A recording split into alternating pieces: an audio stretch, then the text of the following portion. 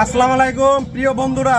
এই সোনার বাংলাদেশ ব্যবসায়ীদের জন্য না, এই দেশটা হচ্ছে যারা লুইটা পুইটা খাইবো এই খানকি মাগির পোলাকর জন্য এই দেশ, এই বাংলাদেশ।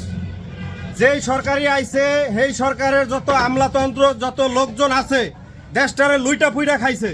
অথচ দেখেন আমরা এই হালালভাবে ব্যবসা করতেছি। আজকে আমাদের এই ব্যবসা খারাপ অবস্থা আছে, যে ব্যবসায়ীরা সব ভাইঙা দিয়ে গেছে সব ব্যবসা প্রতিষ্ঠান। এখানে কোটি কোটি টাকার মাল জিনিস আজকে ক্ষতিগ্রস্ত। এই দেশ ব্যবসায়ীদের জন্য কেউ চিন্তা করে না। এখানে চিন্তা করে সবাই বাংলাদেশটারে ট্রানজিট হিসাবে সবাই ইউজ করে।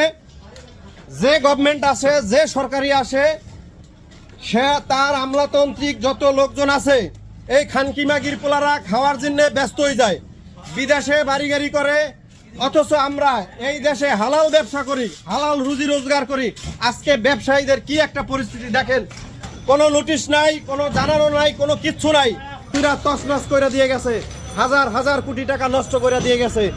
এই দায়ভার কে নেবে? এই দায়ভার কে নেবে? হাজার হাজার কোটি টাকা সবাই আজকে ভাইয়া দিয়া এই যে চলে গেছে, এই দায়ভার কে নেবে? এই এখানে কোটি কোটি টাকার বিজনেস, কিন্তু এই দেশে ব্যবসায়ীদেরকে সম্মান সুযোগ সুবিধা দেন না, হয়তো এই দেশ একসময় মরুভূমিতে পরিণত হবে। সবাই বিদেশে বাড়ি গাড়ি করবে, বিদেশে পোলাপান লেখাপড়া করাইব, এবং যত এমপি মন্ত্রী আছে খানকি মাগির পোলারা, অগোষ্ঠীর সুদি মাদারচোদেরা, শুয়ারের বাচ্চারা দেশের টাকা পাচার করে আজকে তারা আরামে এসে দিন কাটাইতেছে। আর আমরা আজকে ব্যবসায়ীরা কান্তাসি রাস্তায়।